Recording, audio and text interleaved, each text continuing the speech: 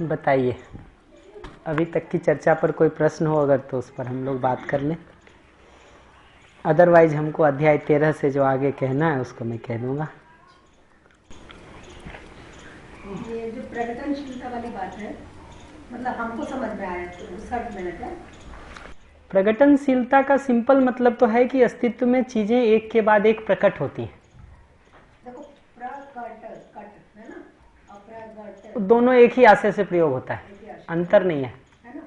तो अस्तित्व में तो सब कुछ है ही जी, हमें समझ में आया जी। तो अस्तित्व में जो है उसके होने का भी एक क्रम है। जैसे किसी धरती पर अगर आप देख पदार्थ अवस्था, प्राण अवस्था, ऐसा उसका एक क्रम है।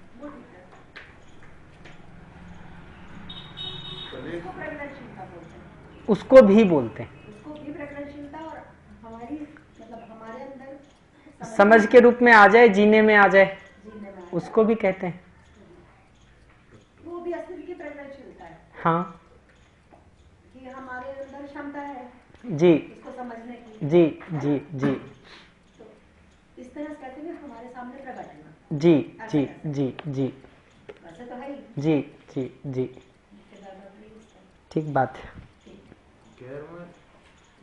योग के बारे में थोड़ा सा विस्तार करेंगे आगे। दो योग की बात है, प्राप्ति योग और प्राप्ति योग। और मुख्य बात ये बताना चाह रहे हैं कि प्राप्ति योग में अनुभव पूर्वक ही सुख की निरंतरता है। तो जो विश्राम ऊपर पहचाने थे और जो निर्भ्रमता पहचाने थे, ठीक, वो प्राप्ति योग के लिए प्रयास करते हुए संभव है। प्राप्ति या योग में अगर उलझे रहें तो उतने भर से वो नहीं होगा। तो प्राप्ति योग को एक साधन की तरह प्रयोग करते हुए प्राप्ति योग में अनुभव तक पहुंचने की जरूरत है। प्राप्ति योग से जो चीजें प्राप्त हो रखी हैं हमको, पहले से उपलब्ध है, उसको प्राप्ति योग के बारे में प्राप्त कह रहे हैं व्यापक को, प्राप्त बस व्यापक को कह रहे हैं। तो प्राप्त योग का मतलब है व्यापक वस्तु में अनुभव। प्राप्ति योग को पहचानने का या प्राप्ति योग जो है वो व्यापक वस्तु के संदर्भ में है, क्योंकि उसी के साथ हमारा नित्य जुड़ाव रहता ही है, रहता ही है। तो व्यापक वस्तु को प्राप्त वस्तु के रूप में पहचाना है, उसमें अनुभव करने को प्राप्ति योग की पूर्णता माना है। जो प्राप्ति योग है वो इकाई के संदर्भ में है, जहां योग वियोग दोनों होता है। तो अभी आप हमारे साथ हैं तो योग है हमारे साथ, लेकिन हरियाणा के लोगों के साथ आपका वियोग हो गया, हिसार के लोगों के साथ आपका वियोग हो गया सामान्य भाषा में देखें तो। लेकिन व्यापक वस्तु के संदर्भ में आप देखेंगे तो वो वहां भी प्राप्त था आपको, यहाँ भी प्राप्त है, और जहां जाएंगे वहां भी प्राप्त रहेगा। तो वो है प्राप्ति योग। उसमें अनुभव के लिए हमको आपको प्रयास करना है। ये जो बाकी सारा प्राप्य है, चाहे शरीर हो, चाहे सुविधा हो, चाहे दूसरे मनुष्य हो, ये सबको अपनी जागृति के लिए सहयोग के रूप में लेने की जरूरत है। जागृति में सहयोगी हो जाएं, उस अर्थ में प्रयास करने की, देखने की, सदुपयोग करने की जरूरत है। ये सहवास हुआ जी, ये सहवास है, ये सहवास है जी। ऐक्य थोड़ा अलग है, अभी आते आते रोक लेता हूं अभी उसको, अध्याय 3 में बात करेंगे उस पर।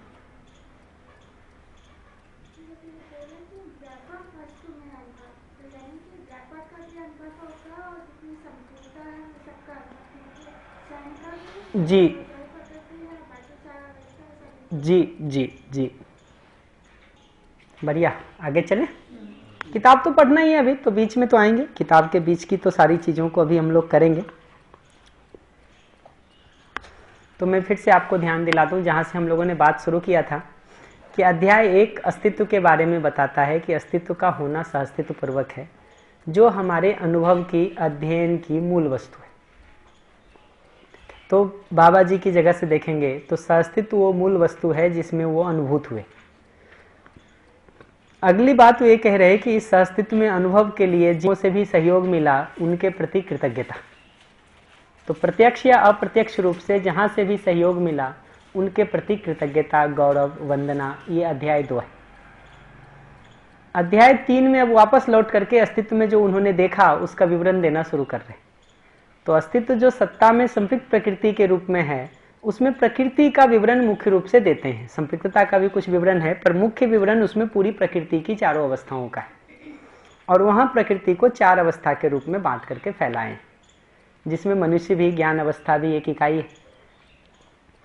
चौथे अध्याय में इस बात को उठाएं कि ये ज्ञान अवस्था क्या है और इसका प्रयोजन क्या है।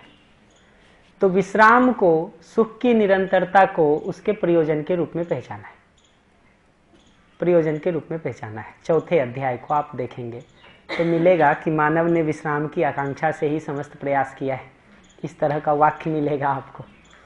तो विश्राम को मानव के प्रयोजन के रूप में पहचाना। निरंतर सुख ये कैसे पूरा होगा? तो वो 5वां अध्याय बताता है कि वस्तुतः निर्भ्रमता ही विश्राम है, जागृति पूर्णता ही विश्राम है। सामान्य भाषा में कहें तो समझदारी से सुख।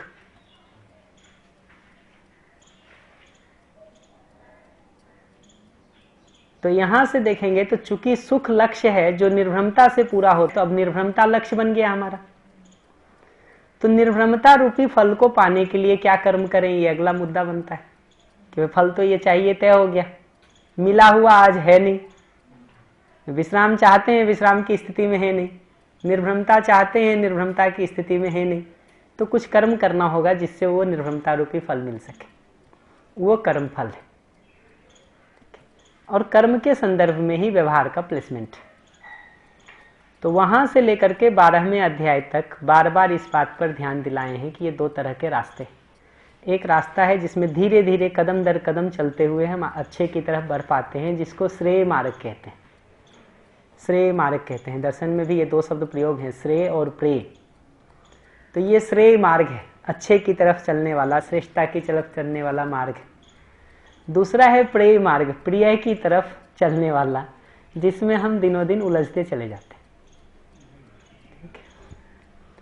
तो हम बार बार बहुत सामान्य भाषा में कहते हैं कि कोई एक सद्गुण को भी आप अपने में विकास करने का प्रयास करेंगे ना, और ये निर्णय ले लें कि इसको हमको करना ही है, तो धीरे धीरे आपको दिखेगा कि सारे सद्गुणों का आप में विकास होने लगा। तो हम सबको कहते हैं सिर्फ एक ही बात करो कि सत्य बोलना भर शुरू कर दो, ठीक है? आप देखिए आपको बाकी सारे दुर्गुण जोड़ने पड़ जाएंगे एक ही दिन में। सत्य बोलना दर्शन की दृष्टि में जो है और जितना आपको पता है उतने से ही शुरू करिए, ठीक? उससे ज्यादा भी नहीं। आप चोरी कैसे कर पाओगे, ठीक? आप परधन कैसे करोगे? पर नारी पर पुरुष में कैसे जाओगे? पर पीड़ात्मक व्यवहार कैसे कर लोगे? परंपरा में ये रहा ना, चाहे किसी का नुकसान हो रहा, सत्य बोलना है। इतना ज्यादा नहीं है, इतना ज्यादा नहीं है। देखिए कुछ चीजों का अभ्यास करके ही पता चलता है कि असर डालती हैं कि नहीं डालती हैं। तो मैं तो अपने लिए बहुत उसको करके देखे हुए हूँ, इसलिए मैं बता सकता हूँ कम से कम अपने लिए कि एक भी सद्गुण को अगर फर्मनेस के साथ शुरू करते हैं ना, बाध्यता हो जाती है बाकी सबको विकसित करना। आप छोड़ दीजिए किसी पॉइंट पर, एक अलग बात है कि भाई छोड़ो नहीं करेंगे, वो अलग बात है, नहीं तो इतना आसान गेम नहीं है। दुर्गुण के साथ भी ऐसे ही है। आप जिद पर हैं कि एक दुर्गुण को वो करेंगे तो धीरे धीरे बाकी सब कब आपके पास आ जाएंगे वो पता नहीं चलेगा, पता नहीं चलेगा। प्रक्रिया वही है, मतलब दुर्गम के साथ भी एक प्रक्रिया है ना। संस्कार के बनने की एक निश्चित प्रक्रिया है। उसको सही के अर्थ में मुंह घुमा दिए तो उधर पहुंच जाएंगे, गलत के अर्थ में मुंह घुमा दिए तो इधर पहुंच जाएंगे। इतनी बात है। तो अध्याय 7 से लेकर के 12 तक में इसका बार बार विस्तार किए हैं कि ये 2 अलग अलग रास्ते हैं, उनको अलग अलग शब्दावली से अलग अलग तरीके से ध्यान दिलाने का काम किए हैं, जिसका कुल निष्कर्ष यह है कि हमारे में ये लक्ष्य तय हो जाए कि सही की तरफ हमको चलना है, गलत से हमको बचे रहना है। तो अनुभव के पहले भी एक आदमी किस रास्ते पर चले इसकी क्लैरिटी होनी तो जरूरी है ना। तो समझ करके चलने का यही मतलब है, समझ करके करने का यही मतलब है अध्ययन क्रम में, कि हमने समझ लिया कि ये रास्ता मेरे लिए ठीक है, ये ठीक नहीं, यही मेरे लिए सुखकारी है, ये नहीं है। तो जो सही दिखाई देता है, जिसमें सुख दिखाई देता है, फिर उस पर धीरे धीरे चलते हैं।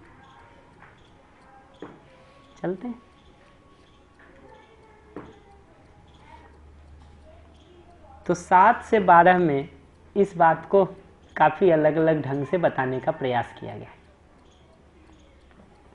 ये सब मिला करके अब तय हो गया कि हमको ठीक से जीना है। तो कहाँ से शुरू करेंगे? तो दर्शन कहता है बौद्धिक नियम, सामाजिक नियम, प्राकृतिक नियम, यहाँ से जीने से शुरू करो। चूंकि ये व्यवहार के संदर्भ में हम बात कर रहे हैं, इसलिए बौद्धिक नियम और सामाजिक नियम को बहुत विस्तार करेंगे, प्राकृतिक नियम पर थोड़ी बात करेंगे। कंटेक्स्ट है, वो व्यवहार का कंटेक्स्ट है। तो बौद्धिक नियम और सामाजिक नियम पर हम विस्तार से बात करेंगे, प्राकृतिक नियम पर थोड़ा कम बात करेंगे। ऐसा नहीं है कि नहीं करेंगे, है मतलब किताब में किया हुआ है। अब इसमें भी देखेंगे तो बौद्धिक नियम की बात पहले करनी बनती है, क्योंकि वही सामाजिक नियम का आधार है। तो अध्याय 13 जो देखेंगे, मानवीयता अध्याय है, उसमें बौद्धिक नियम का विवरण है। तो असंग्रह, स्नेह, विद्या, सरलता और अभय को काफी विस्तार से उसमें बताया हुआ है। मानवीयता, बौद्धिक नियम, इसके आधार पर जीने से अपने में सुख शांति बढ़नी शुरू हो जाती है। उसी को दूसरी भाषा में कहेंगे तो मानवीय स्वभाव, मानवीय दृष्टि, मानवीय प्रवृत्ति भी हम कह सकते हैं मानवीयता को। व्यवहार दर्शन के 4-5वें अध्याय में देखेंगे तो वो अप्रोच भी है। लेकिन यहाँ जो अध्याय 13 में अप्रोच लिया हुआ है, वो तो बौद्धिक नियम वाला लिया हुआ है कि अध्याय 13 जो मानवीयता है, उसमें बौद्धिक नियम का विस्तार किया हुआ है। लेकिन उसका दूसरा ढंग ये भी है, जो मानवीय स्वभाव, दृष्टि, प्रवृत्ति से भी उसको किया जा सकता है, लेकिन यहाँ नियम पूर्वक जीने के रूप में उसको किए हैं, तो मैं भी वही अप्रोच लेता हूँ। तो अध्याय 13 मानवीयता है, वो बौद्धिक नियम है। और अध्याय 14 जो मानव व्यवहार सहज नियम है, वो मुख्य रूप से सामाजिक नियम और उसका विस्तार है।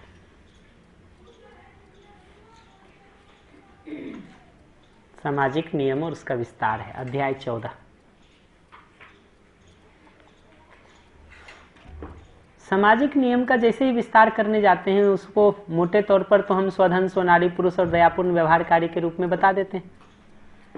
लेकिन उसको जब डिटेल करेंगे तो व्यक्तिगत स्तर पर कैसे जिए, पारिवारिक स्तर पर कैसे जिए, सामाजिक स्तर पर कैसे जिए, व्यवस्था के स्तर पर कैसे जिए, उसका धीरे धीरे विस्तार शुरू हो जाता है। तो अध्याय 14 से उसका थोड़ा थोड़ा विस्तार शुरू होगा, 16 तक में वो पूरा विस्तृत होगा। अध्याय 14 से उसका थोड़ा थोड़ा विस्तार शुरू हो जाएगा, 16 तक में जाकर के वो पूरा विस्तृत होगा। इसी कॉन्टेक्स्ट में ये बात समझ में आई। इसी कॉन्टेक्स्ट में ये मुद्दा भी होगा कि जब व्यवहार की बात हम करते हैं तो शरीर का स्वस्थ होना भी महत्वपूर्ण हो जाता है। जब तक आप बौद्धिक नियम की अपने जीवन क्रियाओं में बात कर रहे हैं तब तक तो ठीक है, जीवन प्रधान है। लेकिन जब व्यवहार करने जाएंगे, समाज में, व्यवस्था में, परिवार में जीने जाएंगे, तो वहाँ तो शरीर भी महत्वपूर्ण है। तो शरीर, स्वास्थ्य और उसके संदर्भ में प्राण का महत्व। प्राण क्या है उस पर पीछे हम लोगों ने विस्तार से बात की थी कि अभी देखेंगे तो शरीर और जीवन को जोड़ने वाली कड़ी को प्राण कह रहे हैं। शरीर और जीवन को जोड़ने वाली कड़ी को प्राण कह रहे हैं, जिसको हम अध्याय 14-15 में जरूरत पड़ेगा तो फिर से और विस्तार से देख लेंगे कि ये जो जीवन है और ये जो शरीर है, ये जो दो वास्तविकताएं हैं, इनको जोड़ने वाली कड़ी प्राण है।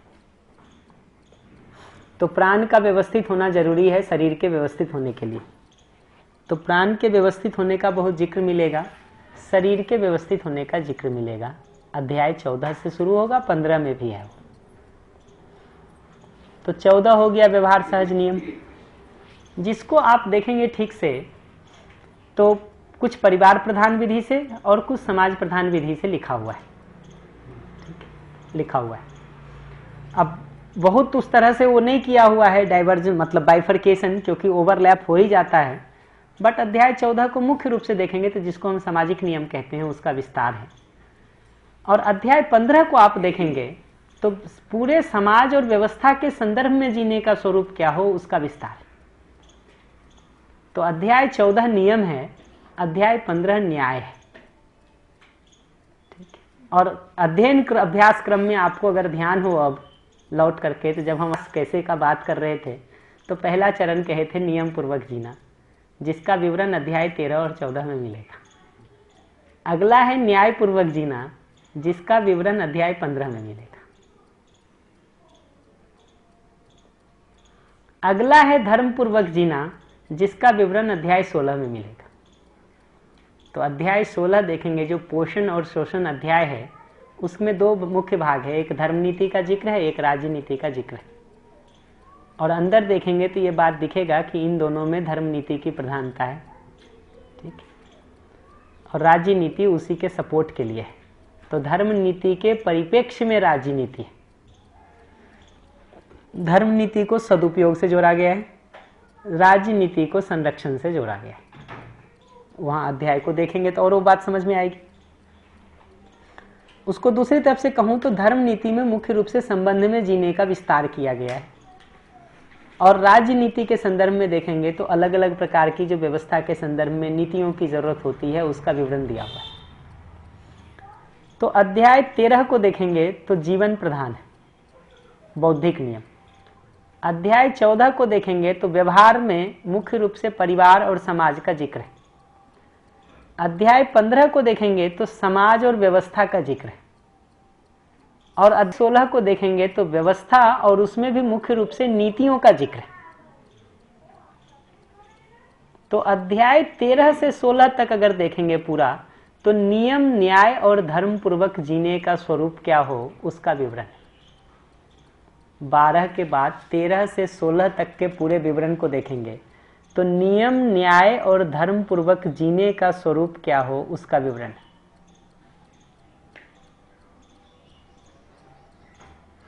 तो अनुभवगामी विधि से देखेंगे, अध्ययन क्रम में देखेंगे तो ये क्रम बनता है अपने धीरे धीरे आगे बढ़ने का। इसको अनुभव मूलक विधि से अगर देखेंगे तो नियम, न्याय और धर्म पूर्वक जीना ही अनुभव पूर्वक जीने की पहचान है। आगे सत्य पूर्वक जीना भी होगा।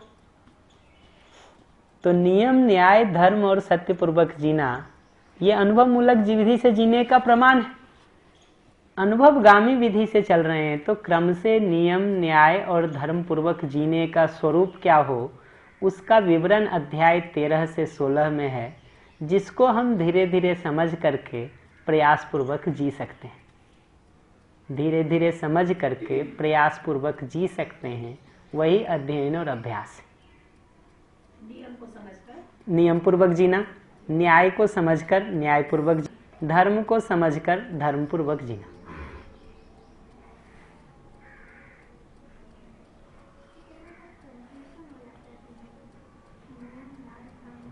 अध्याय में देखेंगे एक एक करके, उसमें मुख्य अंतर जो है वो यही है। ये जो जीना है ना, व्यक्तिगत स्तर पर जीना, पारिवारिक स्तर पर जीना, समाज के स्तर पर जीना, व्यवस्था के स्तर पर जीना, ये जो 4 लेवल है ना मुख्य रूप से, और आगे देखेंगे तो फिर पूरी परंपरा के स्तर पर जीना, इनके कॉम्बिनेशन में ये नियम, न्याय, धर्म, सत्य परिभाषित होता रहता है। तो जैसे जैसे हम नियम से न्याय और धर्म की तरफ बढ़ते हैं, वैसे वैसे हमारे जीने का फैलाव बढ़ता जाता है। तो नियम प्रधान रूप से व्यक्ति को केंद्र में रख के बोलते हैं। न्याय जब कहते हैं तो परिवार आ जाता है, एक्सटेंडेड फैमिली आ जाता है, ज्यादा ठीक से कहूं तो, कम से कम, उससे ज्यादा भी आता है कई बार। धर्म जब कहते हैं तब तो पूरी समाज व्यवस्था और उसकी नीतियां ये सब आ ही जाती हैं। लेकिन एक का दूसरे के साथ ओवरलैप तो है ही, ऐसा नहीं है कि बिल्कुल कटी कटी अलग अलग चीजें हैं। लेकिन समझने के तौर पर, मोटे तौर पर देखेंगे तो नियम व्यक्ति प्रधान ढंग से बात है, न्याय को देखेंगे तो परिवार और समाज प्रधान ढंग से बात है इस पुस्तक में, धर्म को देखेंगे तो समाज, व्यवस्था और नीति प्रधान ढंग से बात है। और ओवरलैप्स तो रहेंगे उसमें, तो मतलब पहले ही कह रहा हूं कि है। तो ऐसा 13 से 16 देखेंगे ना तो नियम, न्याय और धर्म पूर्वक जीने की बात है। ये कैसे जिएंगे हम? तो शिक्षा पूर्वक जिएंगे। अनुसरण, अनुकरण, आज्ञा पालन, अनुशासन के स्टेप में ये सब बहुत सारे काम हो जाएंगे और स्वानुशासन की तरफ गति भी हो जाएगी। लेकिन स्वानुशासन में प्रतिष्ठा के लिए सत्य को समझना और सत्य पूर्वक जीना जरूरी है, तभी स्वानुशासन की निरंतरता होती है, नहीं तो होगी नहीं। तो ये जो पूरा प्रक्रिया है हमारा नियम, न्याय और धर्म पूर्वक जीने का, अध्याय 13 से लेकर के 16 तक में इसका उपलब्धि क्या होना चाहिए। तो जो हमने शुरू में पहचाना था निर्भ्रमता हमारा लक्ष्य है, अध्याय 4 में हमने प्रयोजन को विश्राम कहा था, अध्याय 5 में हमने बताया था कि ये विश्राम निर्भ्रमता से पूरा होता है। तो ये नियम न्याय धर्म से चलते हुए वो निर्भ्रमता हमको मिले, ये जरूरी। तो निर्भ्रमता के लिए जो थोड़ा बहुत और करना बच गया वो करना पड़ेगा नियम न्याय धर्म पूर्वक जीने के साथ। वो अध्याय 17 है, रहस्य मुक्ति। तो चाहे आप निर्भ्रमता कहिए चाहे आप रहस्य मुक्ति कहिए, बात तो एक ही, भाषा अलग। तो ये पूरी प्रक्रिया से हुए जो निर्भ्रमता हम 5वें अध्याय में लक्ष्य के रूप में पहचाने थे, वो 17वें अध्याय में पूरा हो रहा है रहस्य मुक्ति के रूप में, जिसमें जागृति की 2 विधियों का जिक्र है। एक अध्ययन अभ्यास विधि, दूसरा समाधि संयम विधि। और ये बात कहा गया है कि दर्शन में मुख्य रूप से अध्ययन अभ्यास विधि का जिक्र किया गया है अलग अलग अवसरों पर, और उसके जो है समाधि संयम विधि का थोड़ा यहाँ जिक्र कर दे रहे। अध्ययन अभ्यास विधि क्या है, तो लिखा है न्यायपूर्ण व्यवहार और धर्मपूर्ण विचार से होते हुए सत्य में जाना। ऐसा आप देखेंगे वहाँ अध्याय 16 में, तो अध्ययन अभ्यास विधि में लिखा होगा न्यायपूर्ण व्यवहार और धर्मपूर्ण विचार से होते हुए सत्य में जाना। उसी को मैं दूसरी भाषा में कह रहा हूँ, नियम न्याय और धर्म से होते हुए सत्यानुभूति तक पहुँचना। तो वो अध्याय 17 है रहस्य मुक्ति।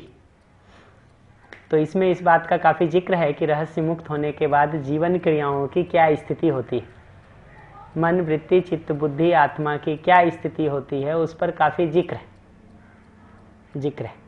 तो जब इस अध्याय पर हम लोग पहुंचेंगे तो अध्ययन विधि को थोड़ा वहां रिकनेक्ट में फिर से करूंगा दोनों ही अनुभव मूलक भी, उसका डिस्क्रिप्शन क्या है, और अनुभवगामी उसी से किस तरह से कनेक्ट होता है, उसको वहां पर करेंगे हम लोग। तो वो अध्याय 17 है, अध्याय 17 है।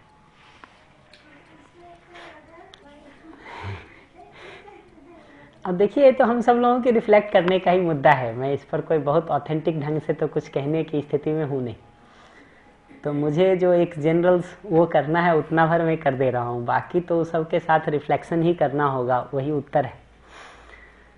तो अध्याय 17 को देखेंगे ना, तो रहस्य मुक्ति के रूप में, निर्भ्रमता के रूप में उसका विवरण है।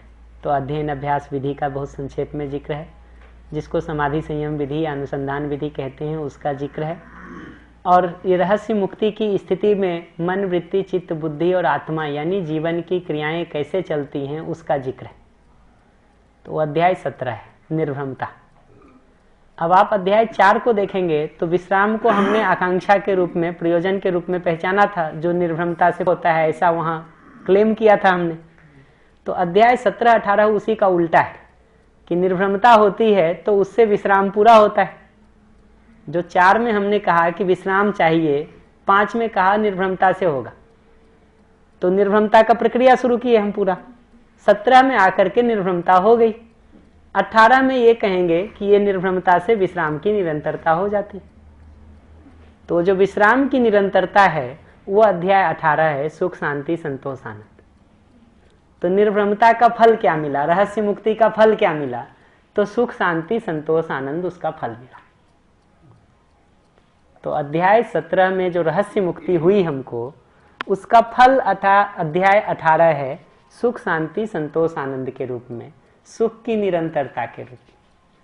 तो उस अध्याय 18 में ये दोनों जिक्र है, सुख शांति संतोष आनंद के स्वरूप का थोड़ा जिक्र है, और ऐसा जीते हुए जीवन का स्वरूप क्या होगा, तो मध्यस्थ व्यवहार, मध्यस्थ विचार, मध्यस्थ कार्य, ये सब का भी थोड़ा थोड़ा जिक्र है कि ऐसा जीवन जो इस पूरी प्रक्रिया से गुजर करके यहाँ तक पहुँचा, उसका जीने का स्वरूप क्या होगा। तो जहाँ से हम लोगों ने लक्ष्य को पहचाना था कि विश्राम हमारा लक्ष्य है जो निर्भ्रमता से पूरा होगा, तो निर्भ्रमता के लिए पूरा हमने प्रक्रिया किया, अध्याय 17 में आकर के वो निर्भ्रमता हो गई। तो 18 में वापस ये कनेक्ट कर रहे कि निर्भ्रमता पूर्वक विश्राम का स्वरूप क्या होता है, उसको जिक्र कर दिया। और उसमें ये विचार व्यवहार कार्य सबका जिक्र इसलिए किया है ताकि ऐसा न लगे कि निर्भ्रमता होने के बाद आदमी अब कुछ नहीं करेगा, खाली बैठा रहेगा। तो प्रयोजन विहीन नहीं है निश्चित अर्थ में भागीदारी करता है। जागृत मानव का भी अध्ययन अभ्यास चलता है क्या? जागृत किसको कह रहे हैं ये मुद्दा है। अगर जागृत मानव हम क्रियापूर्णता को कह रहे हैं तो अभ्यास तो चलेगा ही, कम से कम चलेगा ही, तभी तो आचरण पूर्णता तक पहुंचेगा। क्रियापूर्णता से आचरण पूर्णता तक पहुंचने के लिए कुछ तो करना ही पड़ेगा, जो भी नाम दें उसको, कुछ तो करना ही पड़ेगा। तो ब्रॉडली अगर हमारी तरफ से देखेंगे तो हमको अनुक्रमणिका पर इतनी बात करनी थी।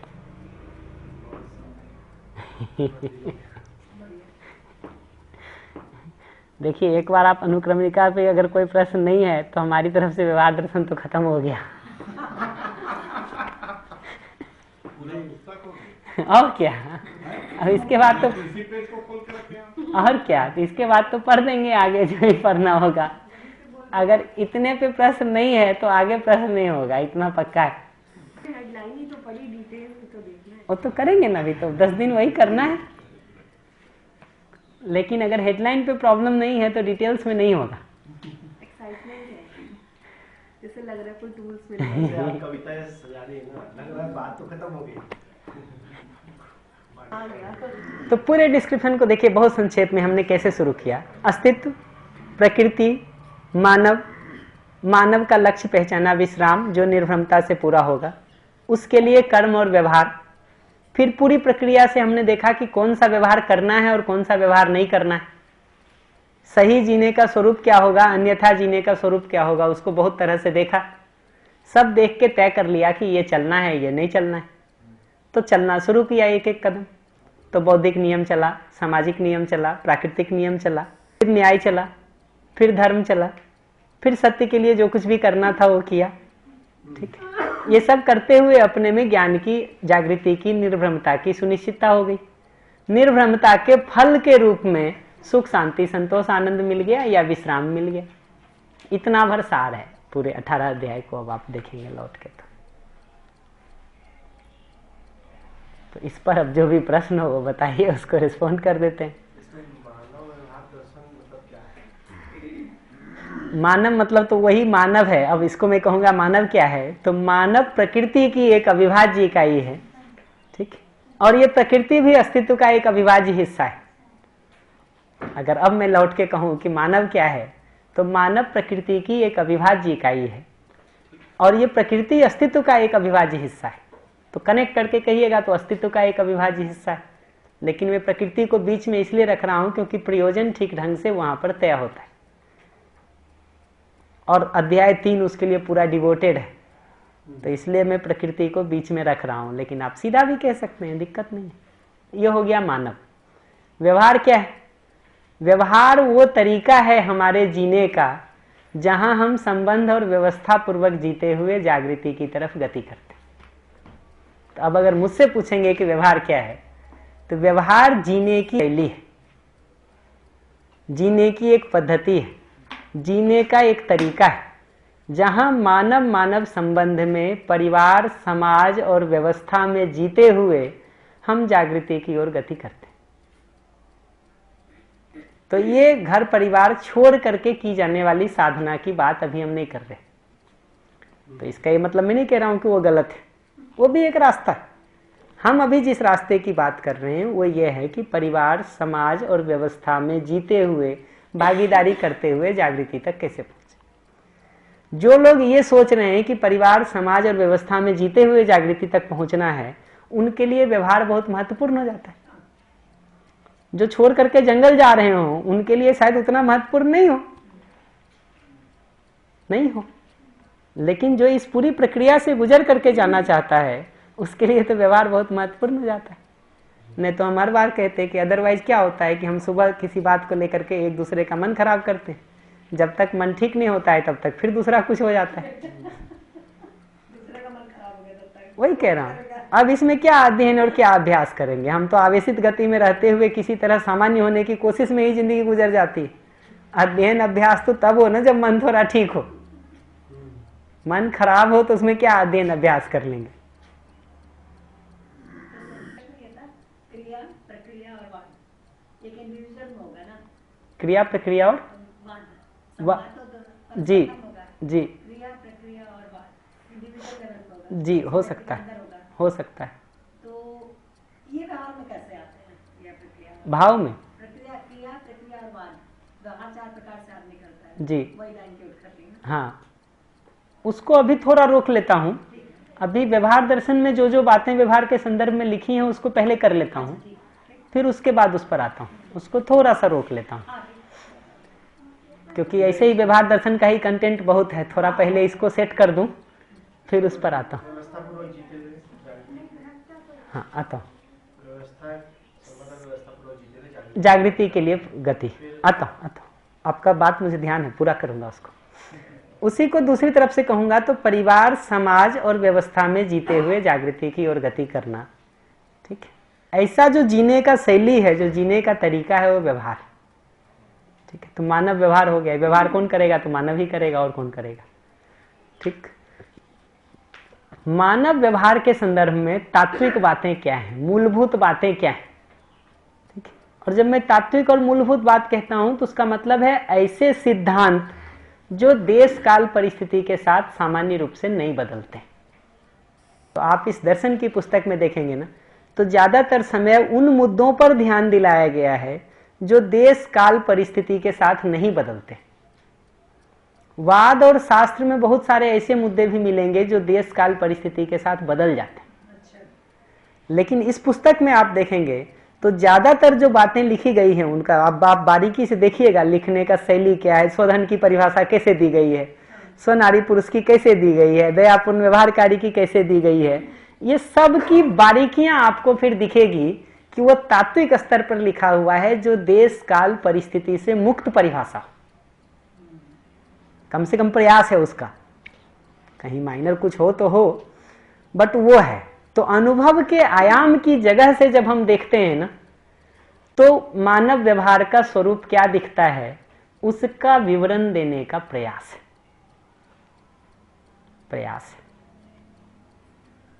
इसलिए इसको मानव व्यवहार दर्शन कह रहे हैं।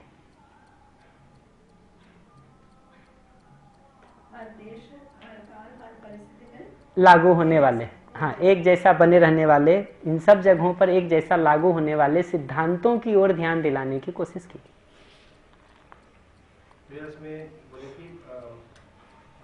आप असंग्रह का परिभाषा देखिए, आप स्नेह का देखिए, विद्या का देखिए, सरलता का, ये सब परिभाषाएं देश काल परिस्थिति के बियॉन्ड वाली। इसमें आप पूरे डिस्क्रिप्शन में देखेंगे तो जो आप बार बार कह रहे थे ना, 10 सोपानिया व्यवस्था ढूंढ के भी नहीं मिलेगा। अखंड समाज सार्वभौम व्यवस्था मिलेगा। वही मेरा प्रश्न है। ये दोनों में अंतर है। अखंड समाज सार्वभौम व्यवस्था एक तात्विक चीज है जो हर देश काल परिस्थिति में लागू होती है। ठीक है, वो 10 सोपानिया होगा कि 5 सोपानिया होगा कि 4 सोपानिया होगा, ये देश काल परिस्थिति के साथ जुड़ा मुद्दा है।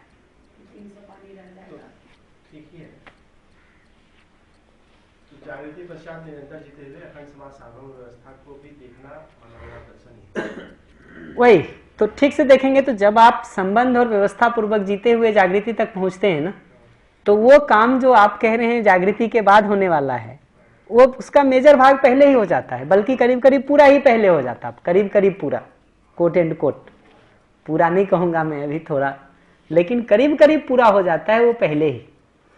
तो अनुसंधान विधि जो है, जिसको समाधि संयम विधि कह रहे हैं, और जो अध्ययन विधि है, मेरे हिसाब से दोनों का मुख्य अंतर यही है कि अनुसंधान विधि में अनुभव तक पहुंच गए हम, उसके साथ फिर जीने के भाग को फैलाते हैं, जीवन क्रियाओं को भी नीचे उस अर्थ में फैलाते हैं और बाहर जीने के काम करते हैं।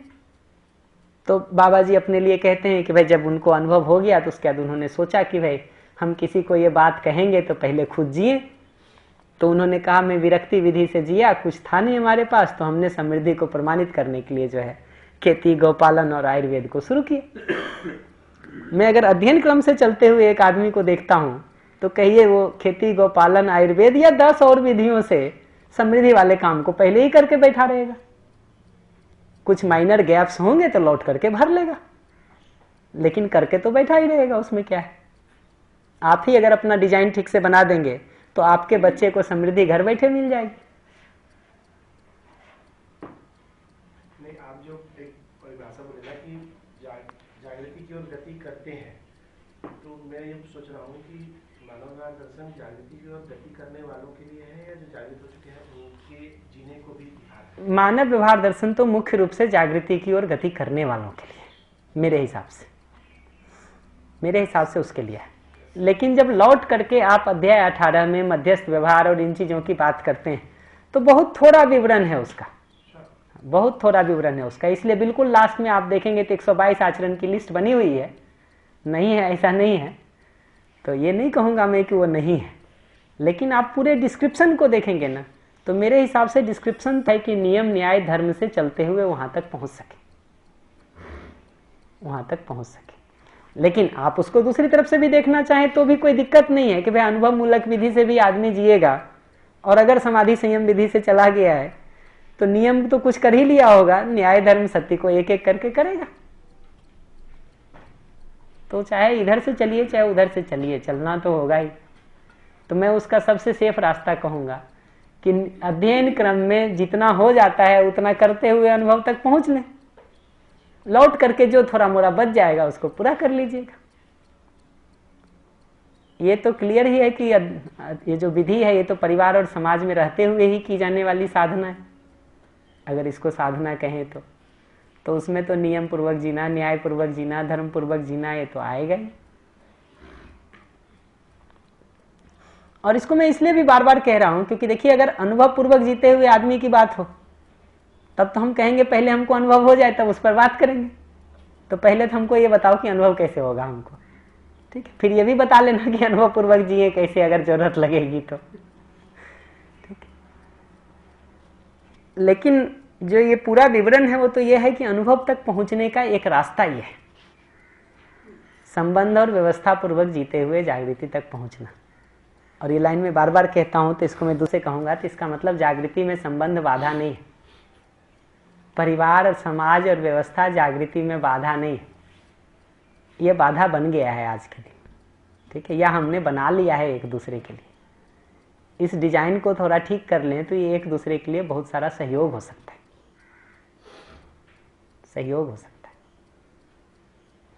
सिंपल सी बात है जो मैंने कहा ना, भाई घर में रहते हुए एक दूसरे के लिए समस्या पैदा करते रहिए तो बहुत बाधा है, एक दूसरे का अगर सहयोग करिए तो बहुत आगे बढ़ने की बात हो सकती है। तो सिवाय मनोविज्ञान के सारी किताबें अनुभव के लिए, मतलब देखिए मैं उसकी जगह तो ये कहूंगा कि मनोविज्ञान में भी दोनों चीजें हैं, अनुभव मूलक विवरण भी है, अनुभवगामी विवरण भी है, उसमें है ही। तो आप सभी किताबों में देखिएगा ना तो ये अनुभव मूलक जिक्र भी है, अनुभवगामी जिक्र भी है, दोनों जिक्र है।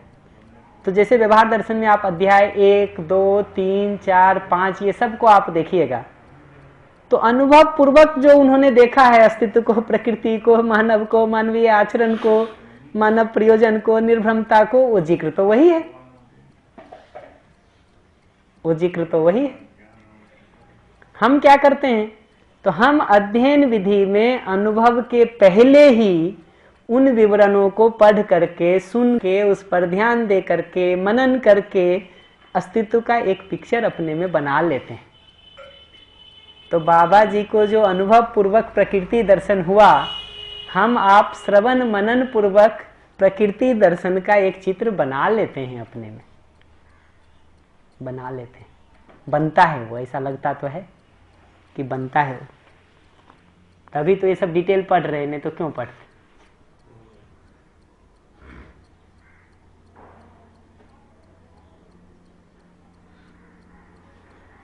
नियम और सिद्धांत में क्या फर्क है? करेंगे आगे, ये सब है एक एक करके किताबों के अंदर, तो एक एक को करेंगे।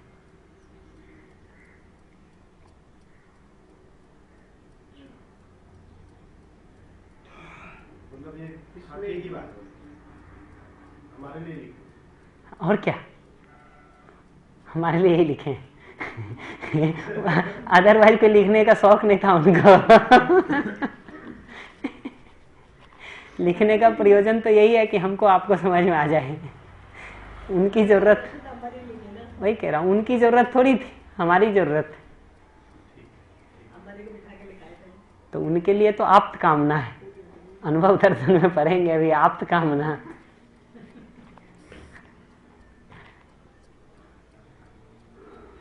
ये इसमें अनुभव के आयाम की रोशनी में हम व्यवहार को व्यवस्थित कर रहे हैं, यानी कि B3 को। बताइए पहले, आप सुनता हूँ। तो विचार का जो आयाम है B2, उससे हमने क्या ग्रहण किया? ठीक कह रहे हैं, व्यवहार तक पहुंचने के लिए। जी। तो ये बात है कि जितना भी बात हम व्यवहार के आयाम में ठीक करने का करेंगे ना, ठीक तो पहले विचार के आयाम में करना पड़ेगा, तभी व्यवहार में ठीक होगा। तो चाहे अध्याय 13 का बौद्धिक नियम हो, चाहे 14, 15, 16 में नियम न्याय धर्म की बात हो, ये सारे विवरण को आप लौट करके देखेंगे, ठीक है? तो वो विवरण तो हमारे विचार के आयाम में ही पहले आएगा, वहीं पर चीजें पहले सॉर्ट आउट होंगी, फिर व्यवहार में भी होगी ही, होनी ही बनती है। तो अध्याय 13, 14, 15 ये सारे को देखेंगे ना, 16 को, तो उसका एक ढंग ये भी दिखता है कि मूल्य, चरित्र और नैतिकता प्रधान विधि से वो लिखा हुआ है। शुरू में मूल्य पूर्वक जीने का विवरण है, फिर चरित्र पूर्वक जीने का विवरण है, फिर नैतिकता पूर्वक जीने का विवरण है। उसी को दूसरी तरफ से कहूँ तो एक एक करके नियम से शुरू करके न्याय धर्म सत्य तक, यानी परिवार, समाज, व्यवस्था, परंपरा तक जीने का स्वरूप क्या हो उसका विवरण है। बट ये पूरा जीना किस लिए है? रहस्य मुक्ति के लिए। तो ऐसा नहीं है कि ये जी लिए साथ में ठीक ठीक बस हो गया। ये साथ साथ जी रहे हैं तो हम हमारी एक दूसरे की जागृति की तरफ गति हो रहा कि नहीं, तब तो ये साथ साथ जीना सार्थक है। सार्थक है कि हम साथ साथ जिए, उसकी तृप्ति भी हो और जागृति की ओर गति कर सके। तब तो जो शरीर यात्रा का प्रयोजन है वो पूरा होने की तरफ कुछ बढ़ रहे।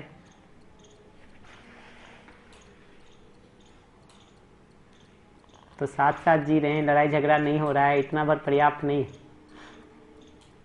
साथ साथ जीते हुए एक दूसरे की जागृति में सहयोग हो सके और हम आगे बढ़ सकें समझदारी की तरफ, जागृति की तरफ, निरंतर सुख की तरफ, निर्भ्रमता की तरफ, विश्राम की तरफ, ये जरूरी है।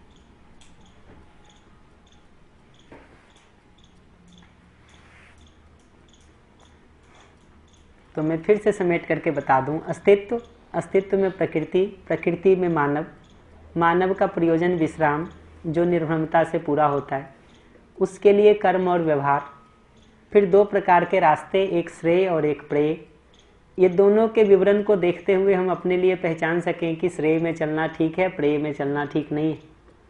तो श्रेय मार्ग को पकड़ करके उसे नियम न्याय धर्म पूर्वक जीते हुए सत्यानुभूति तक पहुंच सके। परिवार, समाज और व्यवस्था में जीते हुए जागृति और उसकी पूर्णता तक पहुंच सके। इस विधि से चलते हुए एक बार जागृति, पूर्णता या निर्भ्रमता की स्थिति को हम पा लेते हैं तो उसी निर्भ्रमता के फल के रूप में विश्राम मिलता ही है, सुख शांति संतोष आनंद की निरंतरता मिलती ही है। और ऐसा जीवन कोई निष्क्रिय जीवन नहीं है, ऐसा जीवन एक एक्टिव जीवन है जो अखंड समाज सार्वभौम व्यवस्था के अर्थ में सतत भागीदारी करता है, दूसरों की जागृति के अर्थ में सतत सहयोगी होता है, सहयोगी होता है।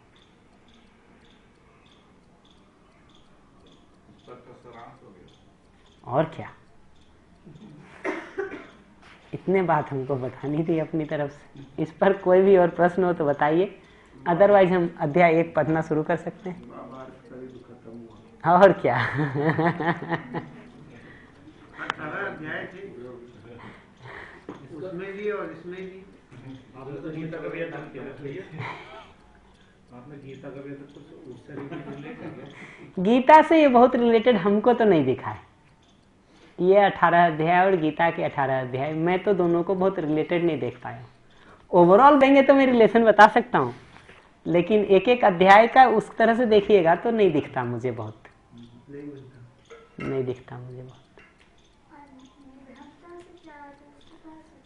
निर्भ्रमता का अर्थ है सभी, सामान्य अर्थ है सभी प्रकार के भ्रमों से मुक्त होना। जितने प्रकार के भी भ्रम हैं हमारे अंदर उससे मुक्त होना। जैसे मैं शरीर हूं, ये एक भ्रम है, मैं जीवन हूं, ये मुख्य बात है। वैसे ही मेरे दुखी होने का आधार ये दूसरे लोग हैं, ये भ्रम है। मैं अपनी मान्यताओं, गलत मान्यताओं के कारण, कुसंस्कारों के कारण, गलत प्रवृत्तियों के कारण दुखी होता हूँ, ये सब ठीक है। तो ऐसा देखेंगे ना तो अंततो गत्वा निर्भ्रमता का मतलब है अपने में सभी प्रकार के भ्रमों से मुक्त हो जाना। उसका पॉजिटिव भाषा देंगे तो अस्तित्व जैसा है उसको वैसा ही देख पाना, पूरी तरह से। नीर जो लगा हुआ है ना, निह शब्द, उसका मतलब वही है, पूरी तरह से, थोड़ा भी शेष नहीं बचा। तो निह लगे होने का मतलब होता है निःशेष रूप से, पूरी तरह से। निष्ठा शब्द कहते हैं ना, निष्ठा। आस्था का मतलब होता है बैठ जाना, किसी जगह पर स्थिर हो जाना, उसको आस्था कहते हैं। उसमें निह लगने का मतलब है निःशेष रूप से, पूरी तरह से स्थिर हो गए। अब हिलाने हमको आप, तब तो निष्ठा है। सुबह का दोपहर हिल जाए, दोपहर का शाम हिल जाए, तो कौन सी निष्ठा है कि नहीं। क्लास में बैठ के तो सबको लगता है बस अब एक रूटीन ठीक कर लेंगे और अध्ययन अभ्यास शुरू कर देंगे लेकिन ये क्लास भर ही रहता है, 2-4 दिन ही टिकता है। तो ये निष्ठा नहीं है। निष्ठा तो तब है जब वो टिक जाए अपने में पूरी तरह से और हिले नहीं। तो निर्भ्रमता भी वही है, भ्रम का निःशेष रूप से पूरी तरह से समाप्त हो जाना। थोड़ा बहुत हम लोगों का भी खत्म होता है कि नहीं। वो तो मर गया, मैं तो जिंदा। और क्या।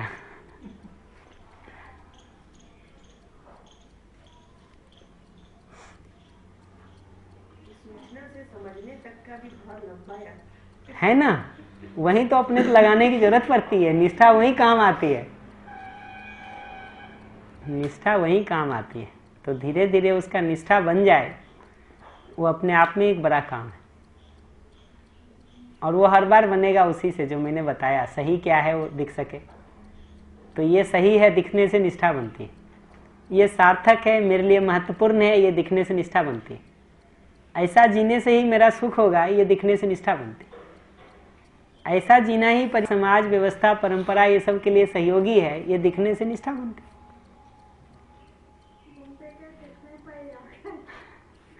वो तो आएगा ही ना, देखिए। और थोड़ा भी दिखने लगे किसी क्षण ना, तो वो शुभ क्षण मानिए और उस दिशा में चल दीजिए। हमसे गलती ही होती है कि जब दिखता है तो सोचते हैं 15 दिन बाद शुरू करेंगे। 15 दिन तक में जो थोड़ा बहुत दिख रहा था वो गायब हो जाता है। तो बड़ी मुश्किल से आंख धो के साफ किए थे, कुछ थोड़ा बहुत धुंधला दिख रहा था। 15 दिन में वो फिर से इसने मोटा चादर चढ़ जाता है ऊपर।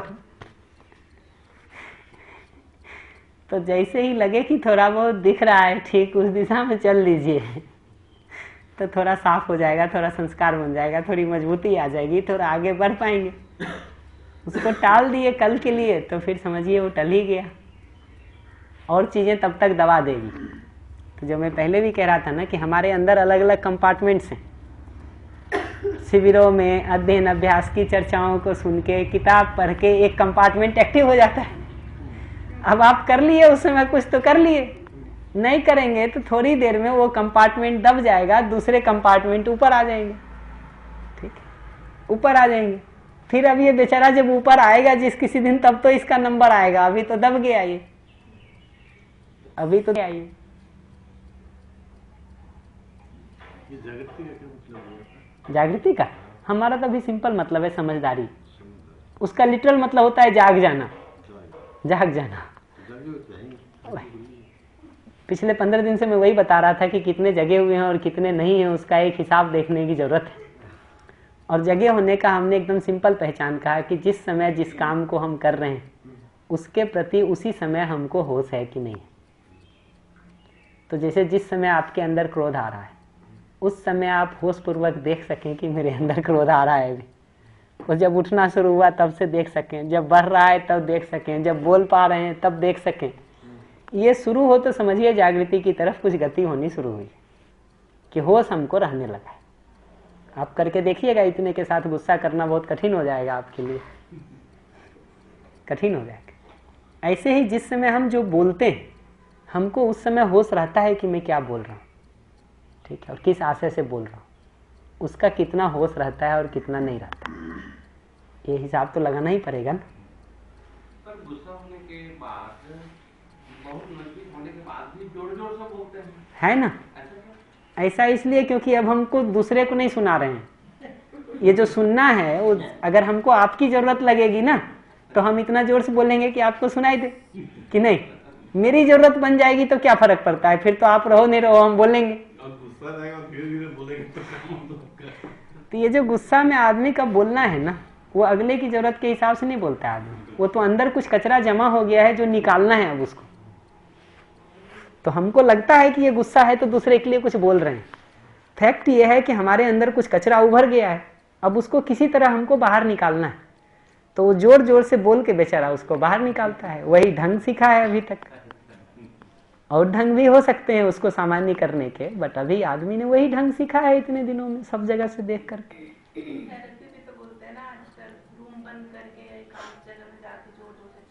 है ना? ऑफिस में ना आजकल कई ऑफिस में ये सिद्धांत है कि आप बॉस डांटता रहता है, आप बेचारे को कुछ बोल नहीं पाते हो, तो कहते जब घर से निकलने लगो ना तो दरवाजे पे एक बॉस का फोटो लगा के रखो और उसको 4 जूता मार के ऑफिस आओ, ठीक है? तो गुस्सा नहीं आएगा तुमको कि बदला चुका लिया सब तुम वहां। तो तेरा भी तो बहुत सारी है ही, मैं सहमत हूँ उससे।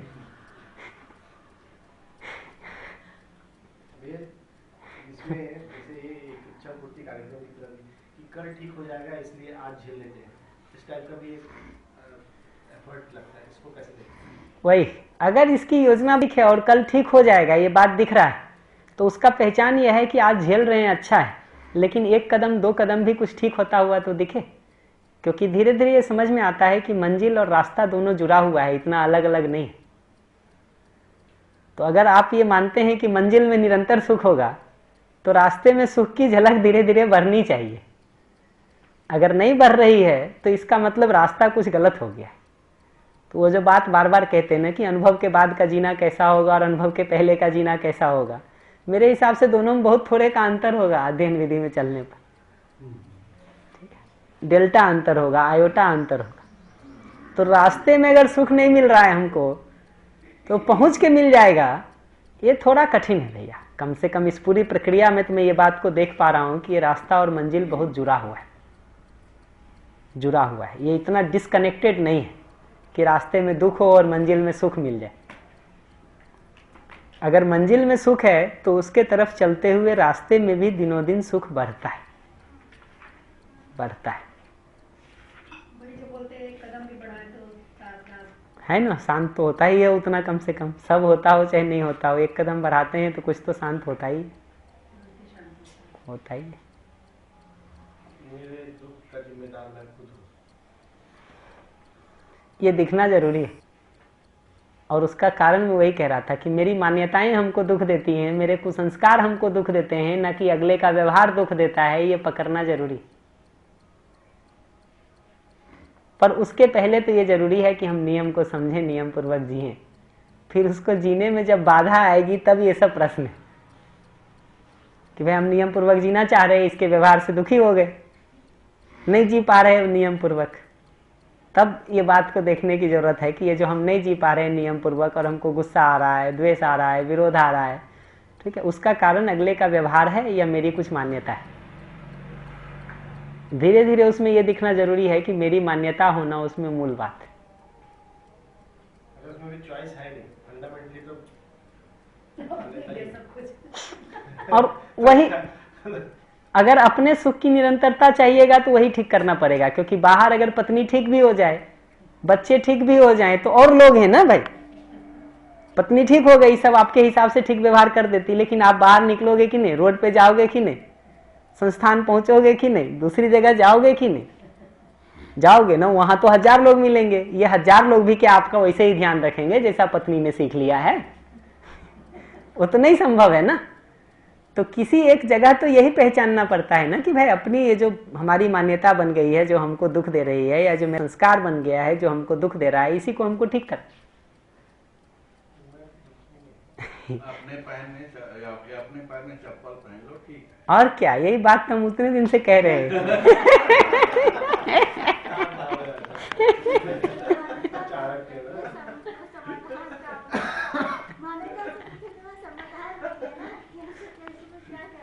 है ना। देखिए, तो देखिए ये समाधान के लिए तो दूसरा कुछ बता ही सकता है। धीरे धीरे वो उत्तर अपने में स्वीकृत होना महत्वपूर्ण है। इसलिए मैं एक बात बार बार कहता रहता हूं कि ये उत्तर जो होता है ना, दूसरे से नहीं मिलता है। उत्तर तो अल्टीमेटली आपको अपने में दिखता है तब मिलता है। वही बात हम 10 साल पहले भी बोल रहे हो, 5 साल पहले भी बोल रहे हो, हमसे पहले भी बहुत लोग बोल गए हों, उससे आपका प्रश्न नहीं खत्म हो जाता। आपका प्रश्न तो तब खत्म होता है जब उसका जो उत्तर है, जो उसका समाधान है, वो आप में प्रस्फुटित हो जाता है। तो आपके अंदर का अंधेरा दूर होने के लिए आपके अंदर दिया जलना जरूरी है। उधार के दिए से काम नहीं चलेगा, नहीं चलेगा। ये जो उत्तर मिलते हैं ना, ये अपने अंदर उसका वो होने से मिलता है। तब तक बाहर वाला क्या करता है, कुछ ध्यान दिलाता है। उस समय अगर छू जाए कुछ बात आपको तो छू जाए, नहीं तो फिर अगली बार जब आपका मसा बनेगा और वो स्थिति परिस्थिति आएगी तो हो सकता है छू भी जाए। बेसिकली रास्ते में ही आपको उसका अनुमान तो मिल जाता है खूब अच्छे से। मैं तो अपने लिए बता रहा था आपको कि भाई मैं तो आईआईटी का तैयारी जब करना शुरू किया था, हमको समझ में आता था कि हो जाएगा। आईआईटी पहुंच गया तो समझ में आता था कि नौकरी तो लगी जाएगी। पहले सेमेस्टर में बात पता चलती थी, जब सबको नौकरी लग रहा है खींच करके 4th ईयर में जाके, तो हमको काहे नहीं लगेगी।